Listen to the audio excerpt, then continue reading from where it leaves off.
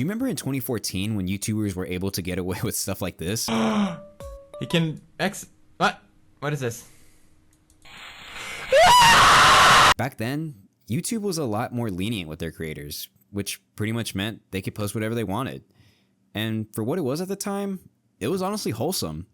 And yeah, I know a lot of this stuff is cringe now, but back then, this is what quality content looked like. Everything was just for fun. No one was trying to push any agenda or even try to make money off the videos.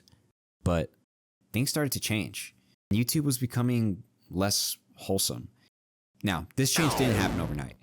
There are actually two eras I want to talk about which lead up to the big change, but first we're going to have to rewind a little.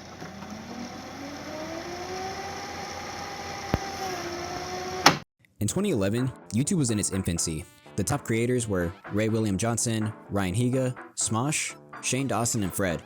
And it totally makes sense. Their over-the-top personalities, their editing style, and their genuinely entertaining content is what put YouTube on the map.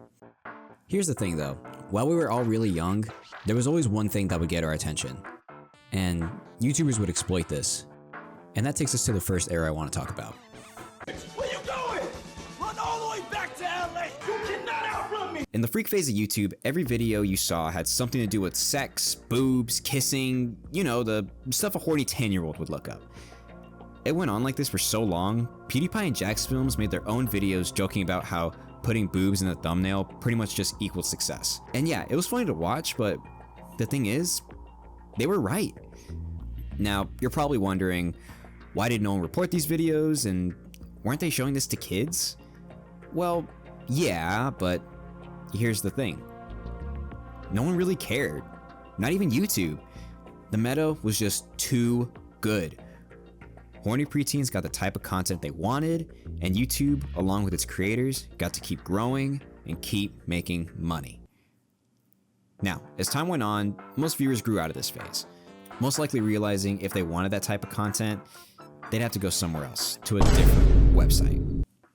So, YouTube shifted, and the creators made new content that was less horny and more actually enjoyable to watch. Here's the thing though, this didn't last very long. Because while the freak phase of YouTube slowly faded away, it got replaced with a new one. A loud, grungy era of YouTube that gave us the most edgy and extreme content that went down in history as the golden age of YouTube. What we do here is go back.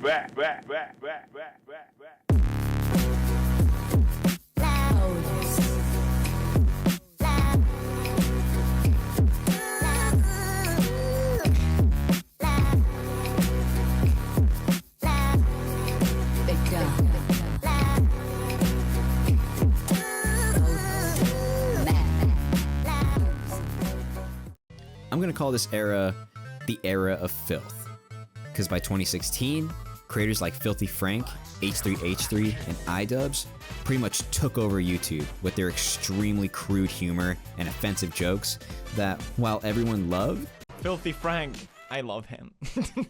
was actually causing a lot of trouble for YouTube behind the scenes. We'll get into that a little bit later. At the time, Filthy Frank was the king of YouTube. There's a lot of videos that talk about him and his history, so I'm not gonna go too deep into it, but just know, love him or hate him, without him, YouTube and even the meme culture today would not be the same. The type of content coming out at the time wasn't innocent, family-friendly, and far from wholesome. But that's what made it so fun to watch. As we grew into teenagers, this sort of unhinged content, it shaped us. But the thing is, there's a limit. And in late 2016, YouTube hit its limit, because PewDiePie made an offensive video which ultimately led to an event that's widely known as the ad-pocalypse. Maybe it's still monetized. Ah! $31. I bet you weren't expecting a third phase of YouTube, were you? Well, it's because of this phase that the other two aren't really talked about, and why you can't find a lot of those videos today. If you were around on YouTube during 2017, the adpocalypse should sound familiar. Because of the PewDiePie controversy, advertisers started boycotting YouTube and threatened to pull out if they didn't change what was being allowed on their site. So in an attempt to keep ads on their website, YouTube implemented a new monetization system that basically gave everyone a choice. delete flagged videos, which at the time were almost every video on YouTube, or lose your ads forever. Want to take a guess on what happened? Over time, all the videos we loved were gone, which honestly may have been a good thing. It's still sad though. 2 iconic eras of YouTube just gone.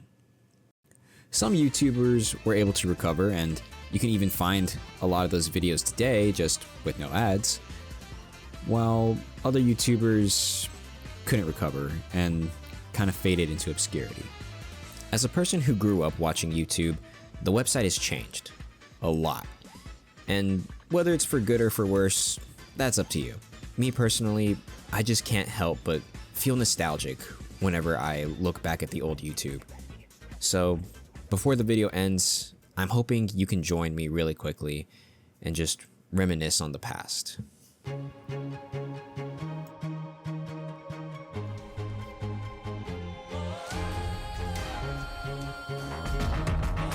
Yo, mama!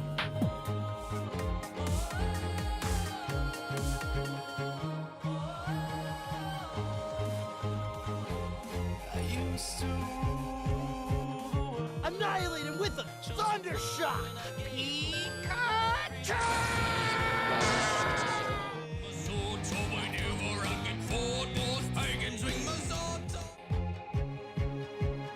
Hey Apple! Hey Apple! A duck walked up to a lemonade stand. Just constipated with love. Where are you? And I'm so sorry. What else can we do? Oh, this GNT over here. I'd love to. You know what? Travis, this could be the start of something awesome. And there you have it. From there, we tested mods, machines, and more every single day and have become the best of friends. Of course, it's a little bit more pesky now, but that's what we all love about him. If you can learn anything from this, never judge a book by its cover. You never know what you could be missing out on. Thanks for sticking around to the end of the video. It took some time to make, but I'm really happy with how it turned out.